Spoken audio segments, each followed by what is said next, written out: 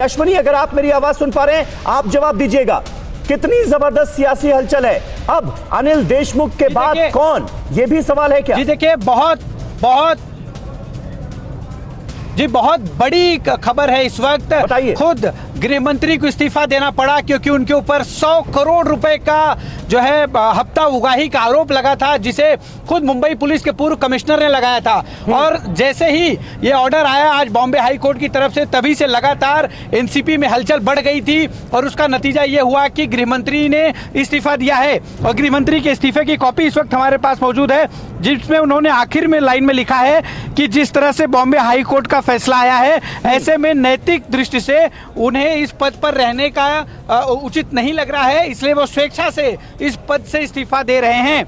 आप देखिए 5 तारीख यानी आज का उनका ये लेटर है। ये देखिए, ये सब कुछ पहले से ही तय हो गया था। एनसीपी के जो तमाम बड़े नेता हैं उनसे हमारी बातचीत हो रही थी, उन्होंने सभी कहा था कि जो भी बॉम्बे हाई कोर्ट का निर्णय होगा उसी आधार पर यह तय होगा कि गृहमंत्री अनिल देशमुख गृहमंत्री पद पर रहेंगे या फिर उन्हें हटा दिया जाएगा। और यही हुआ। जैसे ही बॉम्बे हाई कोर्ट का फैसला इस पूरे मामले में परमवीर सिंह की जो मांग थी उस पर आया, परमवीर सिंह की मांग थी कि सीबीआई जांच कराई जाए, और अब सीबीआई जांच के आदेश बॉम्बे हाई कोर्ट की तरफ से जब दे दिया गया है, तब से लगातार विरोधी इस बात की मांग कर रहे थे कि जब इस पूरे मामले में अनिल देशमुख से पूछताछ होगी तो ऐसे में गृहमंत्री रहते हुए जांच सही तरीके से नहीं हो सकती, नैतिक रूप से गृहमंत्री को पद से इस्तीफा दे देना चाहिए। कुछ देर पहले देवेंद्र फडणवीस से मेरी बात हो रही थी, उन्होंने हमसे बातचीत करते हुए ये बात साफ किया कि नैतिक रूप से अनिल देशमुख को इस्तीफा देना और चाहिए। ये लेटर इस वक्त हम TV9 भारतवर्ष पर दिखा रहे हैं अश्वनी पांडे, जिसका आप जिक्र कर रहे थे।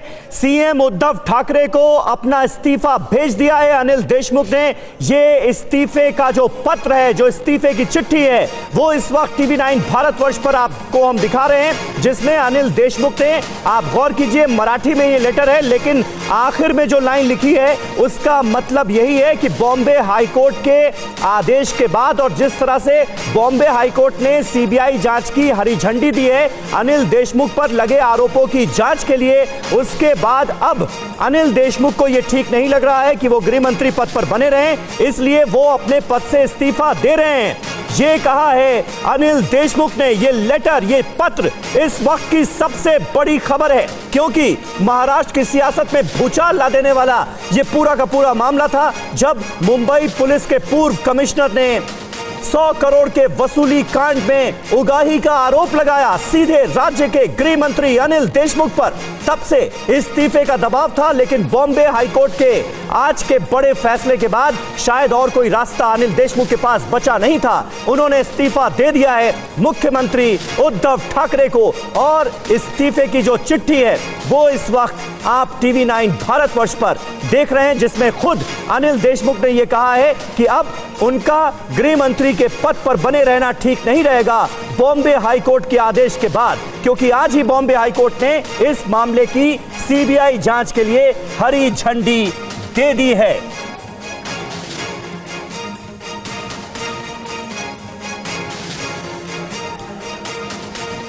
मुंबई हाईकोर्ट ने प्रिलिमिनरी इंक्वायरी के सीबीआई द्वारा आदेश देने का काम किया है। ये आदेश आने के बाद गृह मंत्री स्वयं अनिल देशमुख जी पार्टी के राष्ट्रीय अध्यक्ष पवार साहब से जाके मिले। उन्होंने इच्छा जाहिर की कि ये प्रिलिमिनरी इंक्वायरी चलते हुए मैं अपने पद पे नहीं रहना चाहता, जिसको लेके पार्टी ने निर्णय लिया कि वे मुख्यमंत्री से जाकर अपना इस्तीफे के बारे में इस्तीफा दें। और पार्टी ने मुख्यमंत्री से विनती की है कि गृह मंत्री का इस्तीफा स्वीकारें। इस्तीफा देने के लिए स्वयं गृह मंत्री जो अनिल देशमुख जी हैं वह मुख्यमंत्री के घर गए हैं।